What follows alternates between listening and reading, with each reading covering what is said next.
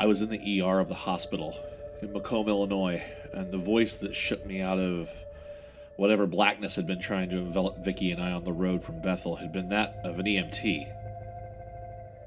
A passing semi had seen us spin out of control, and he'd been on the CB within a matter of seconds to get medical help out to us. In the several hours we'd been there, they checked me out, determined that I didn't have any serious injuries beyond muscles that would be sore as hell for a few days. I sat on the edge of my bed, having gotten dressed and waiting for the all clear. There were some plastic chairs lined up against the wall near the entrance to the ER where I sat. And sitting in one of them was a familiar face. I started, hoping not to sound creepy.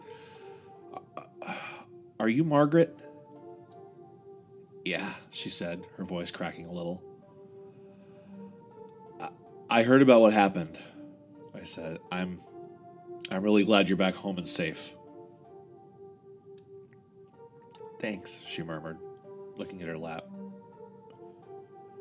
She looked down the hall where I saw a tired-looking couple chattering away at a doctor, and Will Manning was standing off to the side.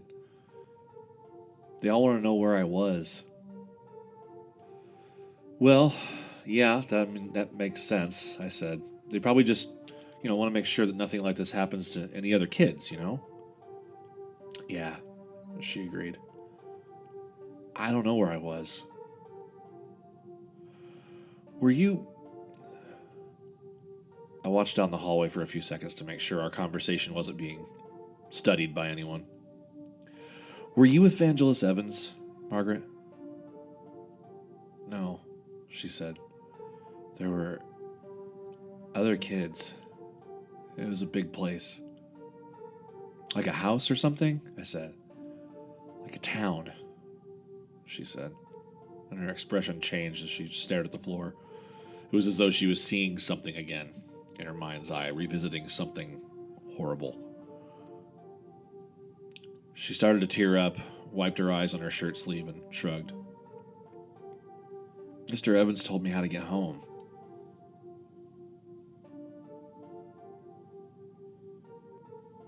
So Van helped you? I said. She nodded. This girl named Evelyn gave me her clothes. She said she was never coming home, so she didn't need them. Margaret trailed off, gazing down the hallway before looking up at me and finally making hard eye contact. She wasn't like a person anymore. The heat went out of the room, at least for me. I thought about what we'd just seen. I didn't want to put that on her. I tried to recall what Evelyn looked like in the pictures I'd seen, the ones my dad had in his files. Where was this town? She shook her head with a kind of helpless look in her eye. It looked like the end of the world. Her parents were there, suddenly, and I was relieved when I realized they hadn't seen us talking. I watched as the police wound things down, tried to comfort Margaret and her parents, and the doctor came over to give her a soft-spoken discharge. I caught that there were no signs of sexual abuse and no outward signs of violence, which was good to hear. I was next, and I asked if I could see Vicky. The nurse said I could, but she was pretty drugged up after the surgery it had taken to put her back together. She led me to a dimly lit room where Vicky lay in bed, bandaged almost from head to foot, though I could see her wavy red hair poking out here and there, and part of her face remained uncovered, the bruise from where Van had struck her, a little darker and angrier looking now. I sat down in a chair near the bed, watching a rerun of some old game show called Joker's Wild, as the hospital buzzed around us. I thought about talking to her, saying how sorry I was, but I didn't know if she'd hear me or if it even mattered. What was I going to do? What we'd seen wasn't possible. It wasn't possible. It was something out of a horror movie. It was not possible. I needed to go back to Bethel. I needed to gather the equipment that I prayed was still there. I hadn't told anyone at the hospital about what happened there, just that we'd been in an accident. Nothing I could have told them would have gotten them or us anywhere. "Who are you?" I heard a female voice say suddenly behind me, and I hopped out of my chair, spinning around to see a red-haired woman in perhaps her late 60s, wearing a pair of capri pants and a loose, tropical-looking blouse. She held a fresh, steaming cup of coffee in one hand and her phone in the other. "Are you him? Are you Paul?" "Yes," I replied. "Are you Vicky's mother?" "Janet Chatham. Yes," she said, walking past me, fussing with Vicky's pillows, her covers, primping the bed, though there was nothing to be done. She folded her arms and stared down at her daughter. "Where'd you learn to drive, Paul? From a goddamn video game?" I couldn't make eye contact with her.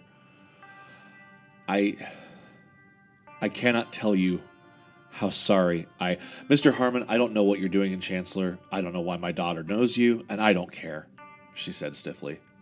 She closed her eyes and laid her palm on Vicky's bandaged forehead, swallowing hard and taking a deep breath. "Actually, that's not true. I do care. Get out of here. Get out of her room." I turned to leave, and as I did, the fingers on Vicky's left hand flexed and groped at her mother's arm, and I saw her throat move under the bandages. "Mom," Vicky murmured weakly. "I'm here, honey," Janet said, giving me a steely glare before sliding the chair up next to Vicky's bed and sitting, stroking her arm as she fixed a straw in a water glass. I took it as my cue, and as I left the room and entered the hallway, I found the second member of my personal fan club. "Paul?" Aaron said, his eyes on fire, rushing around the corner toward her room. "What the fuck? What the hell are you doing? What happened? What happened to her?" Aaron, stop," I said, catching his arm. He spun around like he was going to hit me, so I backed off and held up my hands. "Stop, man. Listen to me. It was a car accident. Okay? It could have happened to anyone. Anywhere. Okay? What happened to her shoulder?" he hissed at me, nodding down the hallway. "My sister works up here, dude. She said someone cut her up, cut into her shoulder, some kind of satanic bullshit thing. I swear to God, Paul, if it was Van." "Aaron," I replied. His bubbling rage subsided a little, and now he just stared at me incredulously. "What?" he said. "It was Van Evans who did that to her," I said. "She told me herself." "Vangelis Evans did that," he repeated. "Before you all caught him burying Margaret's clothes, yeah," I said. "But there's more to it than that if you're willing to listen, Aaron."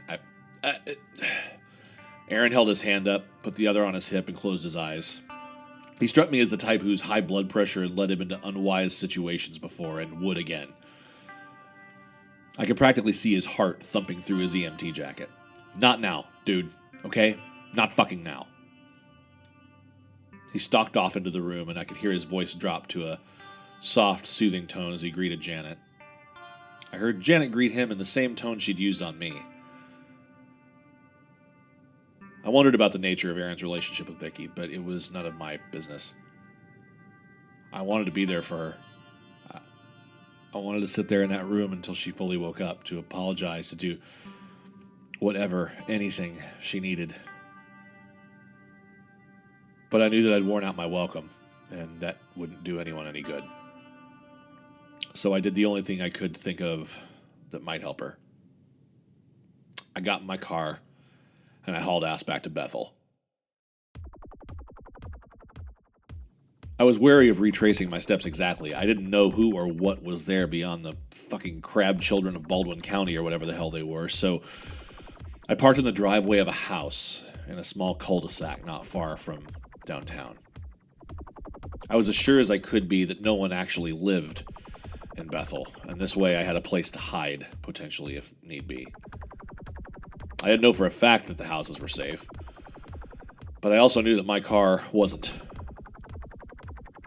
Anyway, I'd gotten used to taking some chances. I quickly made my way across the street, around the block of businesses and back into the clothing store, where I carefully shut the front door and crept toward the back. Back door was still wide open, and the setup we'd thrown together of recording decks was there, though the machines were smashed and the cords torn apart as though something huge and sharp had rended them to pieces.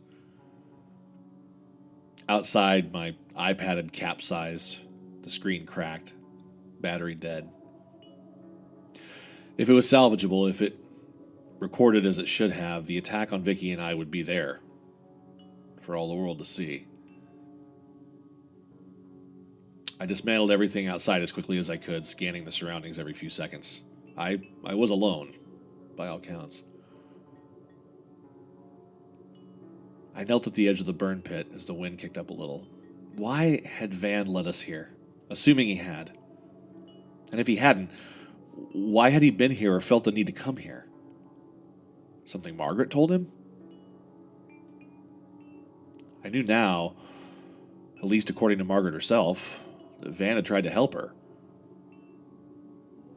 And while I didn't know what that meant, I decided it couldn't be a coincidence that the signal I'd recorded at his house, the signal that had drawn the creatures from where they hid, was the same as what had been on Margaret's radio. Had Van been trying to draw something to him instead?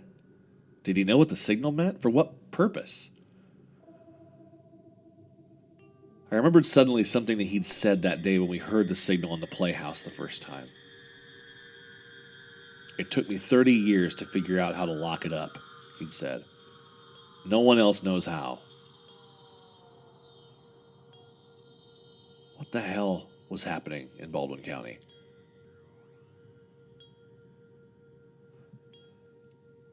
I gathered the equipment, beat it back to my car, and loaded it all into the trunk. The clouds had broken up a bit, and stars were struggling to shine through the night sky. It was almost midnight. I'd hallucinated. That had to be it. Had to be what accounted for that crater growing in the road out of nothing, as though some giant entity had poured acid on the highway to watch it burn away. But I saw it. As clear as I saw my car in front of me, the houses around me, all of it. It had been as real as anything else. Otherwise, I never would have swerved, and I shoved the thought of Vicky down deep and sat on the trunk of my car for a few minutes. There was no sign of those horrible creatures masquerading as children. No sign of anything. As afraid as I was, I considered that perhaps if I really wanted answers, I needed to have a look around. The house where I'd parked my car was a modest little ranch-style home with an attached garage, the door of which had cracked at some point and half caved in. It was as good a place to start as any. Feeling a bit silly, I got my pellet gun and a tire iron. I slid through the hole in the garage door. It was like a lot of homes from the 70s and 80s, I suppose, mostly carpeted, with thickly padded furniture presiding over a comfortable-looking living room. Box TV occupied the center of a cheap entertainment center, those fiberboard things you found in department stores, but the glass had been shattered by what looked like a hammer or something similar. Boards had been haphazardly nailed in place over each window, which gave me a bit of pause. To my left, the carpet gave way to the tile of a large kitchen and dining area. From what it seemed, the house made a kind of square, with the living room leading off to a hallway on my right. I looked up and noticed gaping holes in the ceiling, some as big as 6 or 8 inches, where things had rotted away, exposing a small attic. It stunk like mildew. Graffiti covered the walls. My guess was that at some point local teenagers probably used this place to sneak away, drink, fuck, smoke pot, do whatever. It was all the typical crap. Band names spray painted here and there, Metallica and Pink Floyd and Led Zeppelin. Someone had attempted to paint a woman's face and failed miserably. It was like a third grader had been given a can of paint in no direction. An errant pentagram took up part of one wall, matched on the other side of the room by a cross with the words, "He died for you," and under it, "Go fuck yourself, Kevin." A quick but Thorough search of the house revealed nothing, so I moved on to the next one, and the next, and the next. They were all either unlocked or in such a state of ruin that it was easy to get inside, and the one I reach now, 1713 College Street.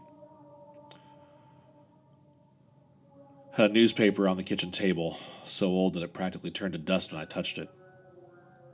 It was dated June of 1981 and sported a headline about the conviction of Mark David Chapman for having shot John Lennon.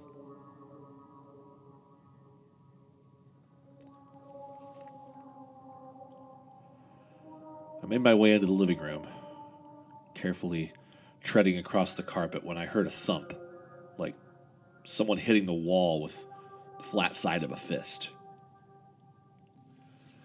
Down the hallway I went, with both sides covered in pictures.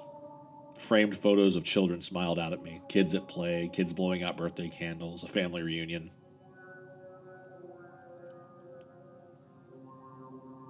I was nearing the middle of the hall with an open door leading to a room on either side when I saw it. At the end of the hallway was an open doorway leading to a basement, and part of the wall on either side had been removed or broken out, as though it had been hacked at with blades or sledgehammers over a long period of time, revealing some of the basement through the wall from where I stood, though the darkness kept me from seeing much. Below, I could hear a clacking, chittering sound. I recognized it. And as I slowly made my way back down the hallway from where I had come, the sound intensified, then stopped, as though whatever it was making the sound was listening. As fast as I could, I slipped through the back door of the house, back through the weedy yard, the moon casting a surprising amount of light over the empty street and lawns as I ran back toward my car. Small shapes began to gather in the lawns and at the windows of several houses, and by the time I'd started the car and pulled into the street, I saw at least a dozen children gathering near the house with the open basement. As I drove down the street, I saw more of them, now at the edges of the playground a block or so away, past the cemetery where a half dozen of them were in the process of changing shape as they crawled across the lush expanse. I accelerated, blowing past a "Thanks for visiting Bethel, Illinois" sign. About a mile outside of town, I pulled the car over. Think. Chet mentioned that Adam Hannes had written about things Bellringer had told him involving kids that were too horrible to discuss. Was this what he'd been talking about? He'd also said that Bellringer opened the door to things. Well, that was true. Whatever these things were in Bethel had to be part of that. Bellringer had come to me once, in Chicago, for reasons I didn't quite understand yet. Maybe, I thought, if I made a big enough ruckus, he'd notice, and he'd find me again.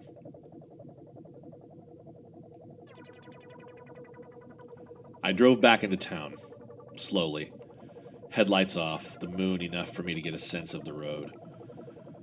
I was alone out there anyway, so the chances of another car happening by were pretty slim. As I passed the cemetery, I saw no movement. And the same went for the downtown block, the empty stores and houses I'd explored. Like insects, the things had scuttled back to their basements, their dark corners. I remembered seeing something in the first garage I'd entered, and I hoped memory served me correctly, sighing with relief as I was proven right. Whoever had lived there had a workshop in the garage, and there, on the shelf, were several brand new, sealed cans of butane, the kind you'd use to fill a lighter. I shook one and it sloshed, so I collected the 5 cans there and quickly made my way back to the clothing store. I grabbed everything I could, every stitch of moldy, outdated clothing, and piled it up on the mess of trash behind the store. Then I soaked it all in butane, to the edges of the pit and climbed a small utility ladder that led to the roof and the ventilation system. I took out my phone and I started up the recording. In the darkness, I could make out shapes and movement again, gathering at the yards and in the park, and I could see them emerging from the house where I'd heard them before. Some still looked like children, walking cautiously toward the back of the store, while others scuttled and scrabbled along the ground on long, vicious-looking claws, heads and bodies grotesquely distorted.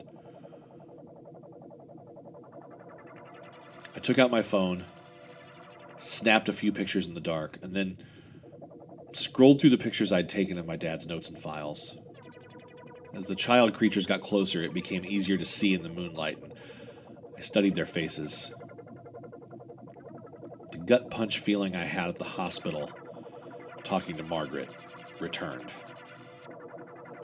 As a girl crept from the tall grass of a yard on her hands and knees, her back split, long, spiny claws emerging from her spine.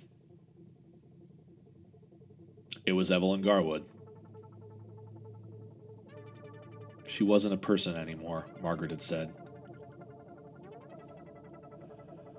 I quickly scrolled through other pictures with shaking hands, pictures I'd saved of children my dad had in his bizarre timelines of unexplained events.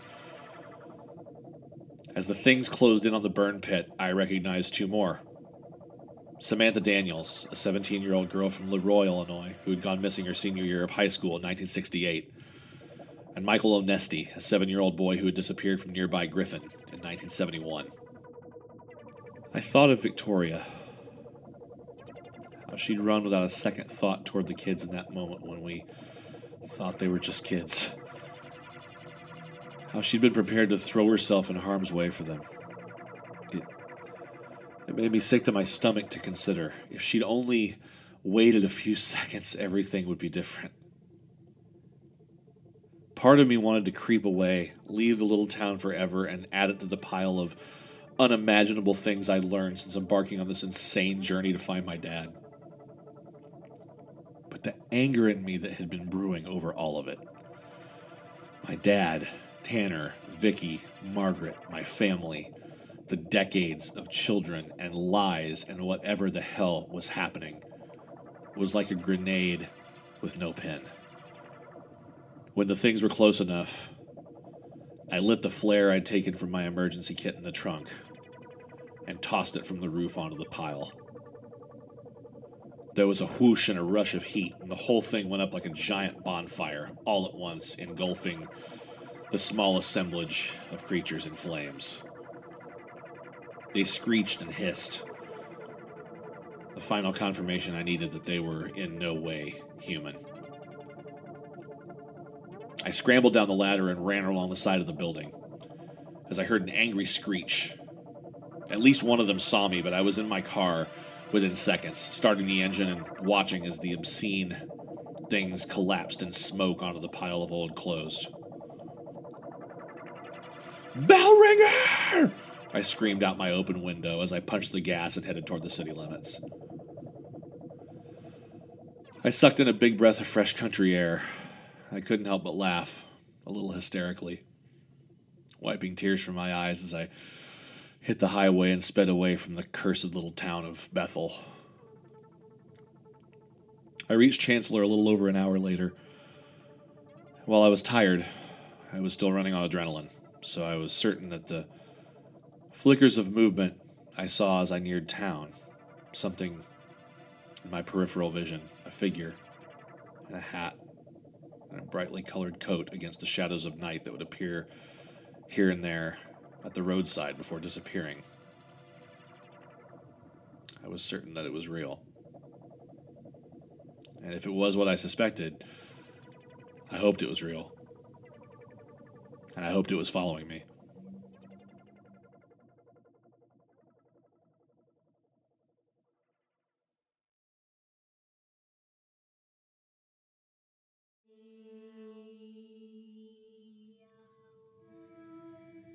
I poured myself a few fingers of whiskey to steady my nerves, and then I Sat in the darkness of the living room, staring out the front window at the road and the town that lay beyond it. And I waited. A little before 5 a.m, there was a firm knock at the door. 3 times. And then it stopped. I got up, took a deep breath, and opened the front door. John Bellringer stood on the steps, clad in that same sickly green outfit, looking at me with a little smile.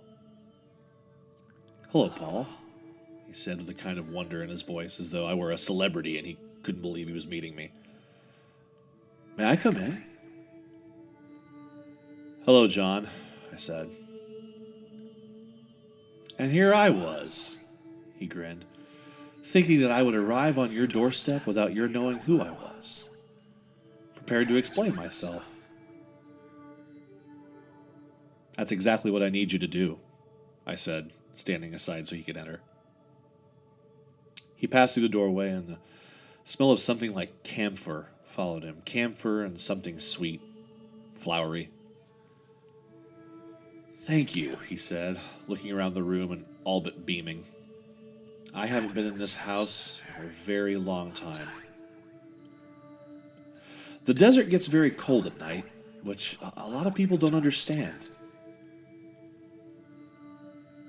He stood there, looking at me like he was a computer waiting for commands. "So we've met," I said. "Yes," he said. "Did I look different to you then?" "No," I replied. "Did I look different to you at the factory?" he asked, genuinely curious. "Were they managed reflections?" "That was you," I said. "Watching us?" "Yes," he sighed, almost embarrassed. "I was quite weak at the time. I still am, actually. When I get weak, I get desperate. I act foolishly at times." "Don't we all?" I muttered. "Yes," he agreed. "It's all I can do to hold myself together as I stand here." "Then sit," I offered, "and tell me where my father is." He sat down carefully on the edge of the couch, stiff, like he was afraid to relax. "There came 2 angels to Sodom at evening," he replied. "And Lot sat in the gate of Sodom," I shot back. "And Lot, seeing them, rose up to meet them." "Yes!" His smile was radiant with delight, a child's smile spreading across that horribly round face. "What does that mean to you, John?" I said. "I like a good story," he replied. "I have much to do, but I know that you have questions. It's not often that I can answer questions, but it is a mostly clear morning. I hope that your questions are clear." "Where is my father, John?" I repeated. There was a long silence. He stared at me, unblinking, like a frozen frame in a film strip.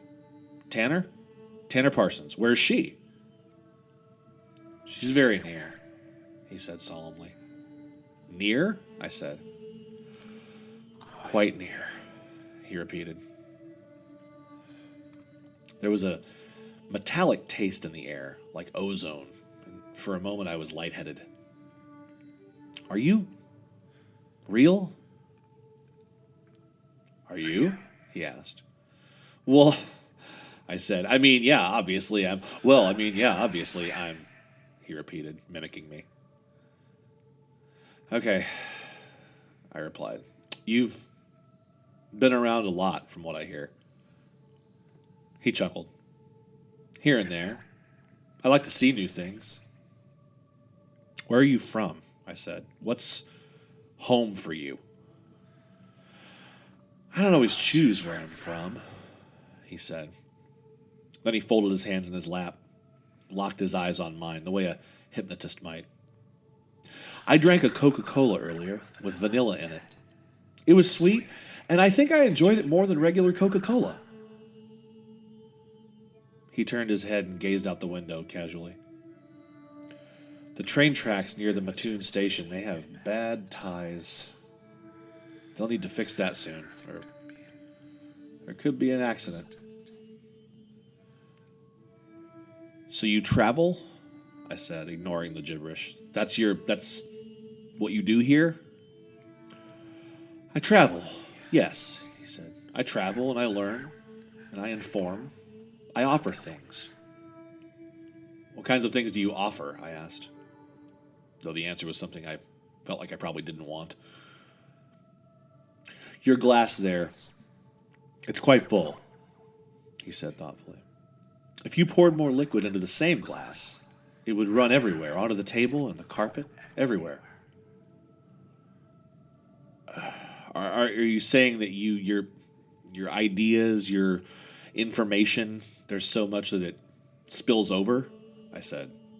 You say things or you tell people things because it spills over in your mind? I thought that was a good analogy, and you understand, he said. But don't things happen much of the time that are bad after you tell people things? I asked. Bad? He replied. Bad how? I chuckled at the absurdity of the question. Bad like, okay, are you the devil or something? He looked at me as though I'd truly lost my mind, and he broke into a silent laugh, his breath wheezing. There is no devil, Paul. And no God then, I guess, I replied. That idea keeps coming up, he said softly, as though he was trying to reconcile something in his head, processing something. I don't really understand it. Why would someone want someone else in control of their lives? People just do what they will do anyway. It's part of what makes my traveling so interesting to me, and this place. Chancellor, in particular, I said, clarifying. Yes, that's correct, he said. Then who are you? I asked, because you're not like me, or us, right? I am the child of your sacrifice, he said, holding out his arms and shrugging. And there's been so much here, as with other places. Killing kids, then, that's your thing, I said, unable to hide my anger. There are many kinds, Bellringer replied. Many, many kinds, but people take things to extremes much of the time. It's a lack of nuance. I see it a lot. He reached into his jacket pocket and pulled out an ornate-looking pocket watch. I don't have much time. Wait, I said, though he made no movement to get up or leave. What happened here in this house? And what's in halfway? Do you need me to go there? You sound just like your dad, he said, nodding to himself as though confirming the answer to an unspoken question. I thought we might meet there, but then things happened here. I realized that I wasn't clear enough, and that isn't your fault, Paul. Though it remains of interest.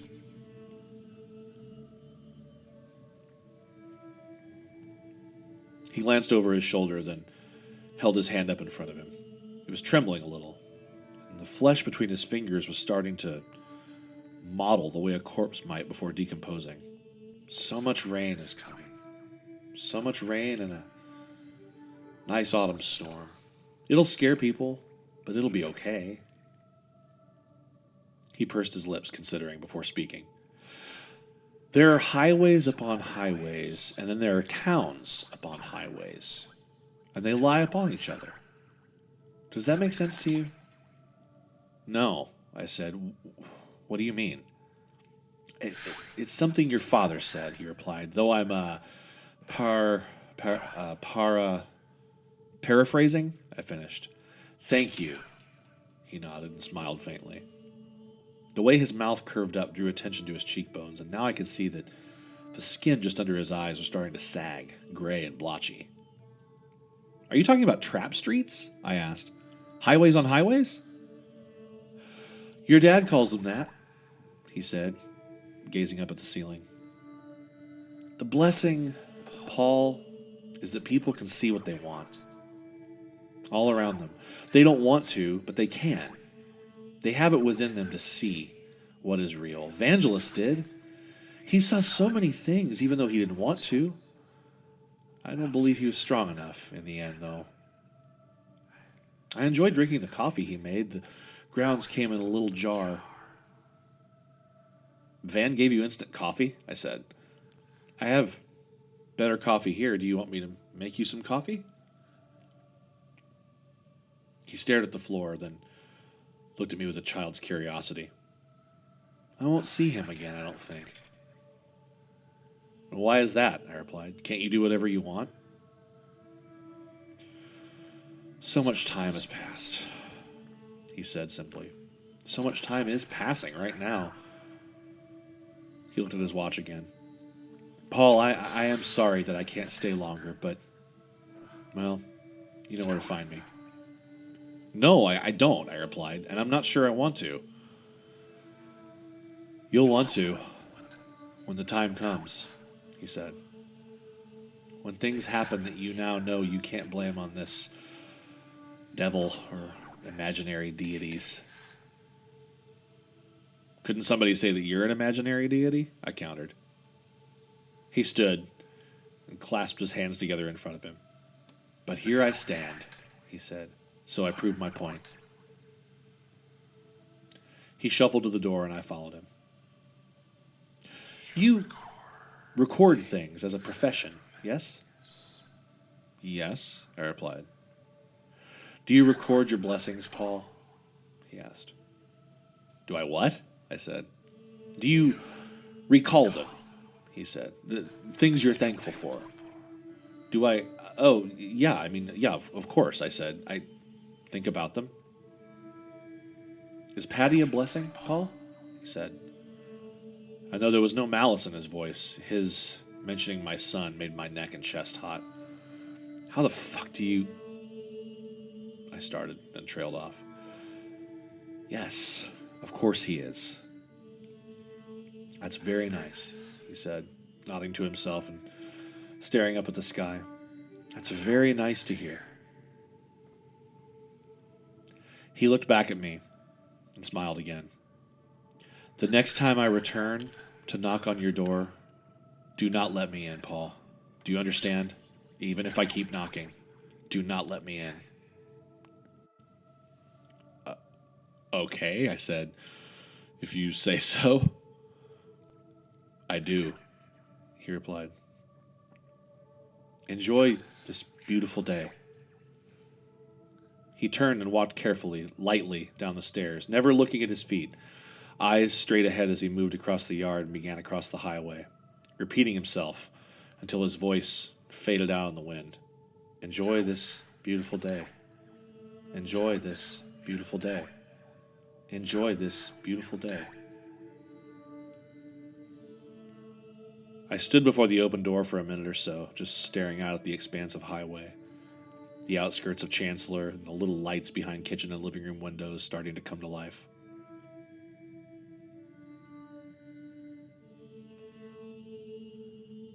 If it was, in fact, the same person Vicky and I saw at the glass factory, I hadn't lied. It didn't look like him. It looked like the figure Chet had described visiting Adam and Carol Hannes after Adam had been warned not to answer the door.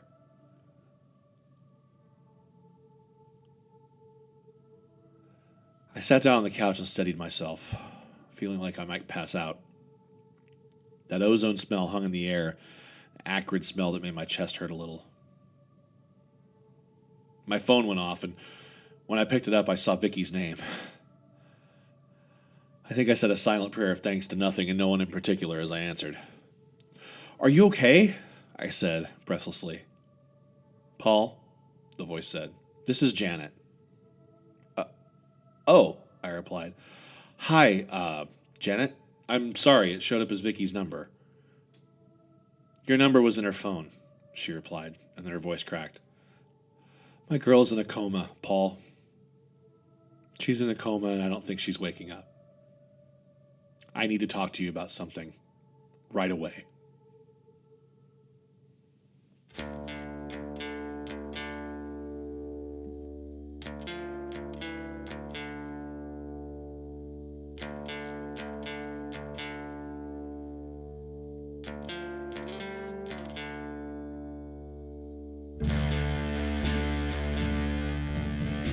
You have been listening to Cicatrix, Episode 9, The Caller. Cicatrix is a production of Sensory Eclipse Media with funding from the estate of Vincent Galt and has been transcribed and produced by Christopher Bevard. For more information on this and other podcasts from Sensory Eclipse, as well as more information regarding the ongoing mystery of Richard Harmon's disappearance, please visit www.sensoryeclipse.com. Original music and score by the Crone Hex. Check them out at thecronehex.bandcamp.com. Thank you for listening.